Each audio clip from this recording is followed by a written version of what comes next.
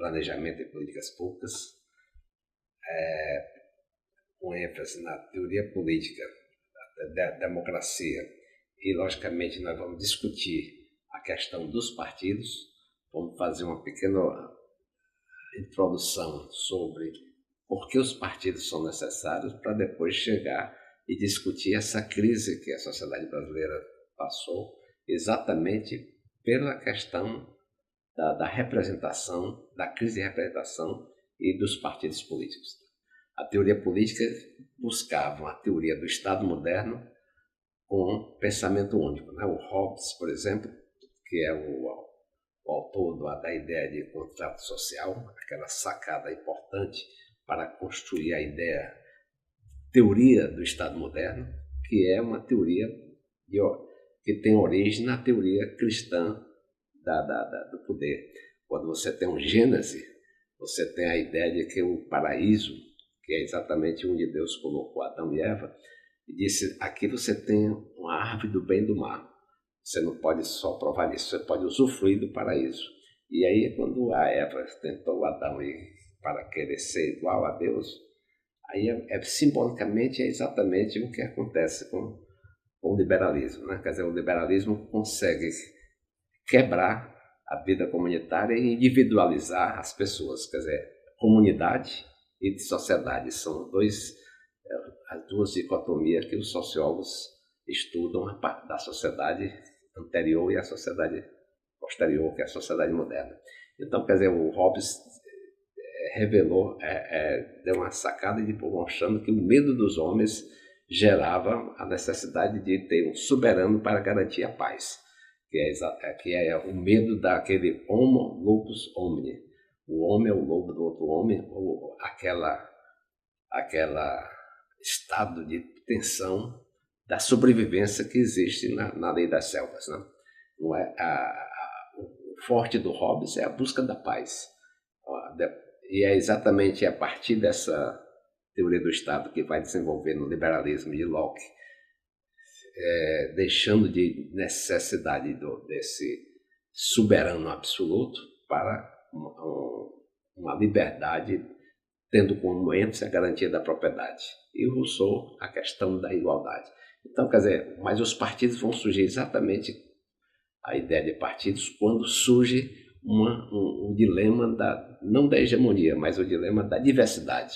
E é exatamente um irlandês que viveu num século, viveu numa sociedade competitiva, onde cristãos e protestantes disputavam entre si, e ele, inclusive, dentro de casa, tinha uma mãe e um pai que tinham as duas convivendo com essa diferença. Ele também casou-se era protestante como o pai, casou-se com uma cristã, e aí ele começou a desenvolver a ideia de partidos políticos como uma necessidade da diversidade. Então a teoria política surge, a teoria dos partidos surge apesar da teoria política, que é uma busca da resposta da submissão e a resposta para a governabilidade, que é exatamente Montesquieu, os federalistas.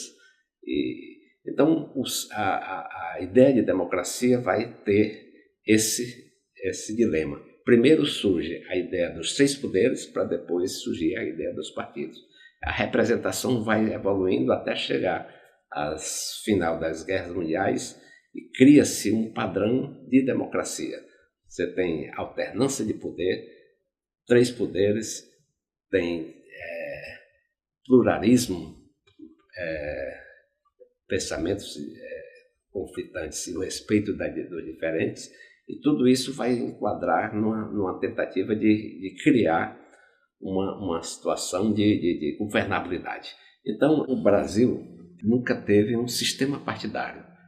Geralmente o Brasil teve partidos políticos no Império, teve na República Velha, teve na 30, quer dizer, mesmo em 64, os governos militares não dispensaram a ideia de partidos políticos para manter, como Dom Pedro, manter a ideia de que era moderno. Na Escola Superior de Guerra, 64, durante o período militar, ditadura militar, você tinha alguns autores importantes, no caso Hobbes, que era o absolutismo moderno, que falava na questão do absoluto, e também a leitura do Oliveira Viana. O Oliveira Viana que pregava a ideia de que nós não precisamos de um sistema legislativo, executivo, judiciário, porque nós tínhamos uma sociedade de subsistência. E sociedade de subsistência é uma vida comunitária, não é necessário esses três poderes. Então, os três poderes começam realmente a funcionar após a redemocratização na década de 80. Por quê? Porque é a partir daí que também começa a desenvolver uma discussão de uma sociedade de mercado. Você começa a desproteger alguns atores, porque o Brasil protegeu os seus atores. Nós não tínhamos empresário, nós não tínhamos trabalhador, nós não tínhamos, então foi preciso, Getúlio Vargas criou o nacional-desenvolvimentismo para proteger os atores modernos. Então havia a reserva de mercado, muita gente pode chamar de Bolsa Família dos empresários durante o período. Os governos militares não tiraram essa proteção e o Collor de Mello fez essa corte e permitiu a importação daqueles produtos que eram reserva do mercado do empresariado nacional. A televisão, o carro, chamava de carroças, os computadores. Os nossos humoristas diziam que os computadores não tinham memória, tinha vaga lembrança. Quer dizer, todas essas ideias que vão surgir de proteção vão desprotegendo primeiro o empresariado. Então isso cria uma competição interna e as pessoas mais ingênuas são aquelas pessoas que não estão ligadas ainda ao mercado. Aí cria-se a lei de proteção do consumidor. E aí você também vai desenvolvendo. Nós temos 30 anos desse processo de consolidação de uma sociedade de mercado. O Fernando Henrique teve um papel importante em dar à moeda uma estabilidade, permitindo o planejamento. O Simon Schwarzman escreveu na década de 60, no final de 60, num debate muito rico que aconteceu na época do Geisel, porque os empresários começaram a falar em política e o empresariado nacional, que era protegido, não se preocupava com política. Mas com o Geisel, que ele teve um papel importante porque ele tirou de São Paulo o monopólio do desenvolvimento. Botou Camaçari na Bahia, a Fiat em Minas Gerais, e fez uma descentralização do desenvolvimento, e no Ceará ele se esforçou para que o Virgílio Távora transformasse, realmente consolidasse o Ceará como terceiro polo de desenvolvimento. Já tinha colocado Camaçari na Pernambuco, e é exatamente esse quadro trouxe digamos assim, trouxe uma dinâmica mais moderna. A sociedade de mercado começa a se consolidar, não fica só restrito a uma minoria que exportava.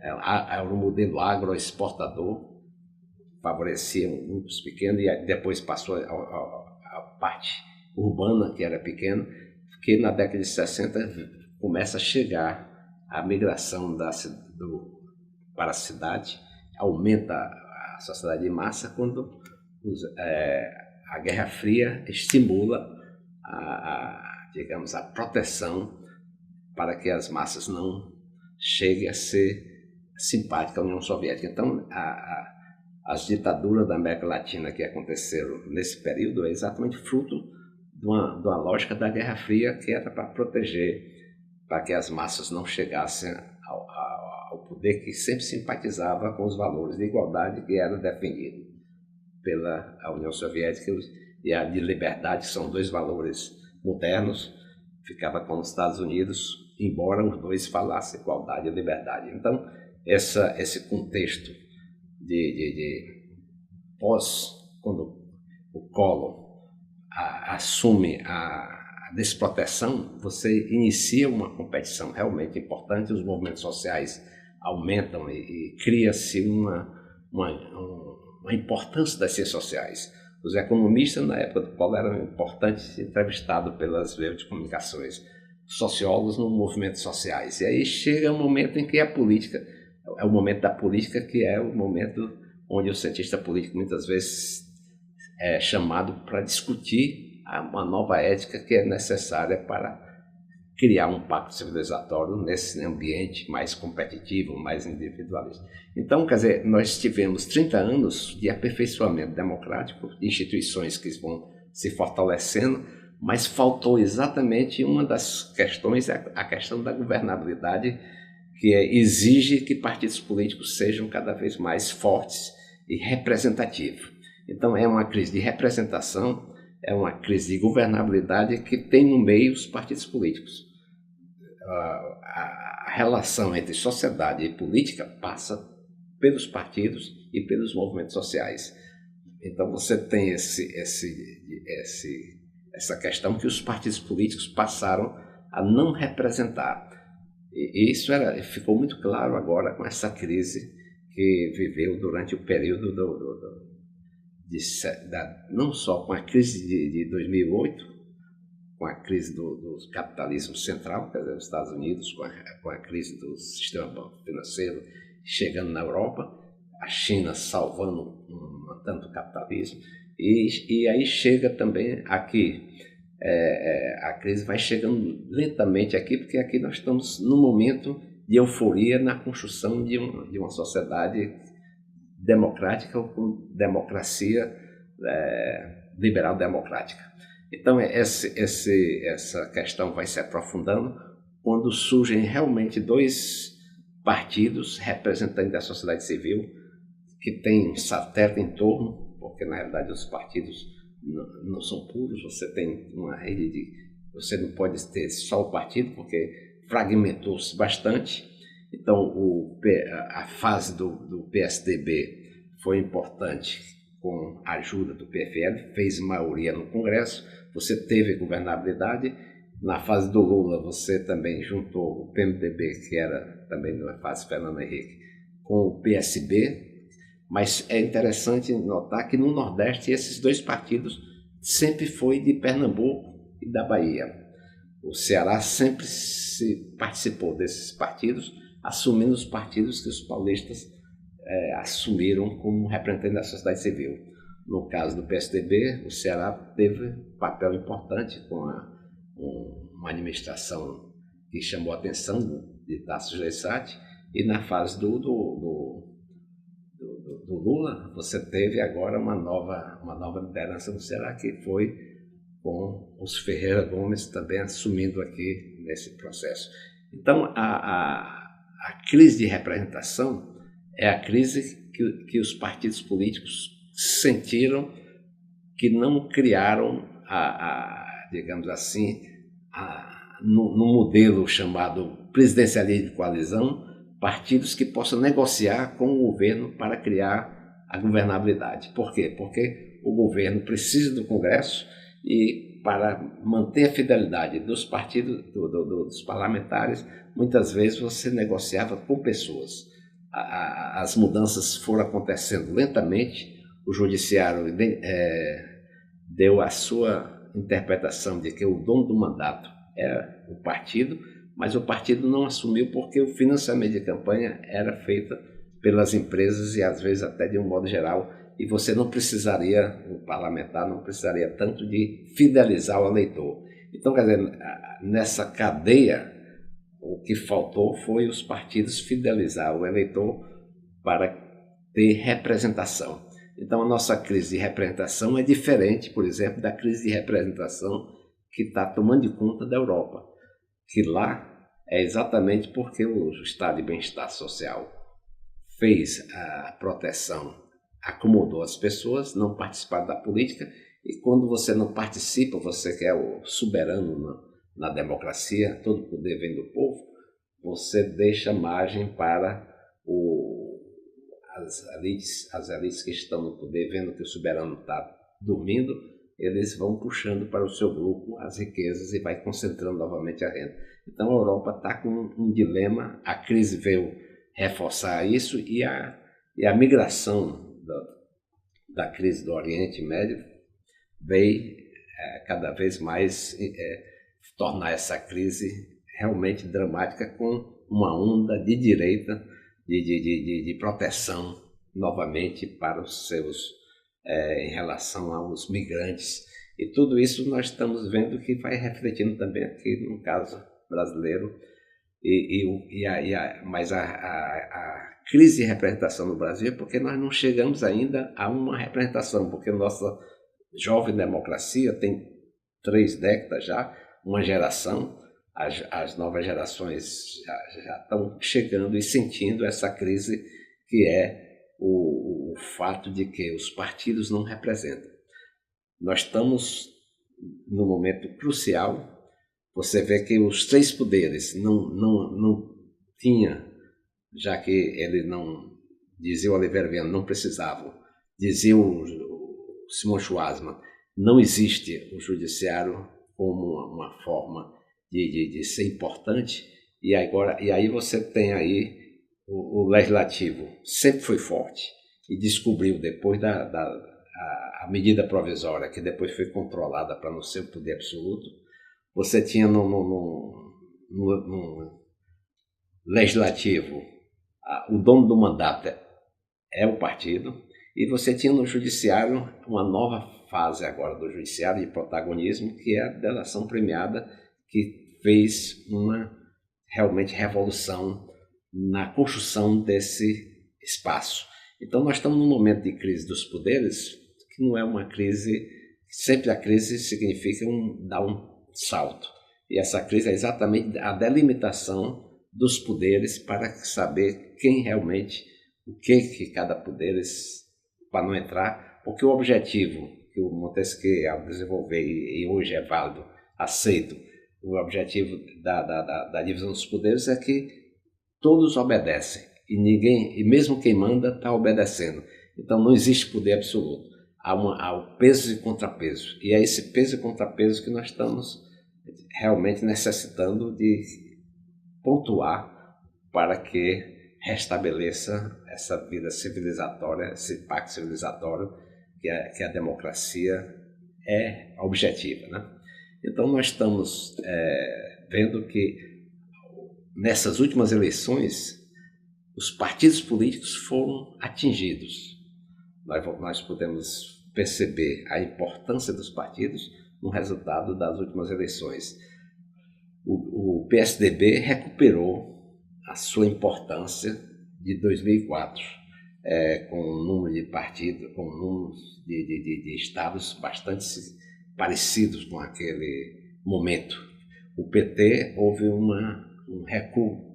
São 2 partidos que vêm dando o tom, e parece que não mudou tanto, porque continua, se sai o PT, entra o PSDB, e esse é o objetivo também da democracia, a alternância de poder para legitimar-se. Porque quando você tem a eleição, não significa que sai o mais capaz, mas sai o que, digamos, é legitimado, quer dizer, que é aceito como proposta para administrar o Estado. E aí, se você tem alternância, você tem mais esperança de que, bom, sai um, nós temos chance de ir para outra vez. Então, esse momento trouxe essa quebra que faltava num esquema democrático brasileiro, que era os partidos, uma alternância mais, digamos assim, mais aproximada. Então, além desse processo, você tem também uma fragmentação que começa os partidos que eram considerados nanicos também ganhando.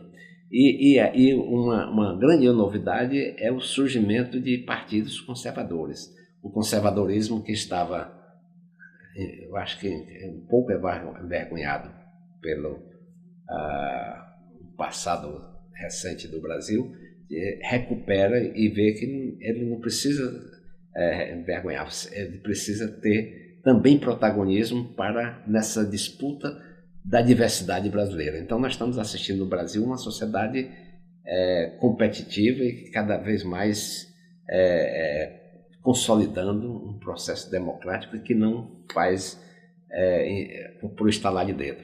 Eu estava assistindo ali a ex-prefeita de Fortaleza, Maria Luísa, que teve uma administração muito pressionada também, porque não tinha maioria no Congresso, não tinha dinheiro normal para o envio para a administração, e ela estava dizendo, eu tive essa dificuldade, mas hoje é muito pior, porque hoje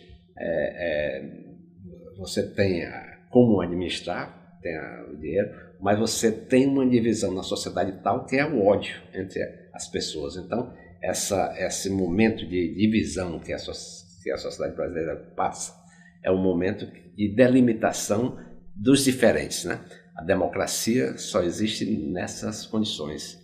A democracia brasileira, nesse momento, eu vejo com muito otimismo, porque o financiamento de campanha, deixando de ser do empresariado, os partidos vão buscar fidelizar o eleitor, orientando para políticas públicas. Então, o presidente negociará com partidos e não com pessoas. E eu gostaria de também dizer que o PMDB, que é a terceira vez que ele é a transição, ele também não ganhou, tem presidente, mas não ganhou nessa eleição nos estados importantes, como Rio de Janeiro, Minas, etc. E nesse processo aí você vê que o PMDB continua sendo um partido não apenas da transição, como foi com Sarney, como foi com Itamar Franco, mas é um partido da governabilidade. Todo presidente precisa do PMDB, porque o PMDB representa não a sociedade civil como é o PT, como é o PSDB e outros partidos, né? O DEM, que é uma parte do Nordeste. Então, o aspecto federativo faz ter para os partidos. E aí você tem o PMDB que representa mais os estados. E é interessante observar que essa crise recente é quando o PMDB chega a Rio e São Paulo com mais força, trazendo essa possibilidade de tentar criar um partido nacional. Mas o PMDB é um partido federativo, dificilmente ele se enquadra como representante da sociedade civil pela própria natureza que foi criado. Parece que tem um DNA que pesa nesse processo, que representa os estados e não propriamente aí a sociedade civil.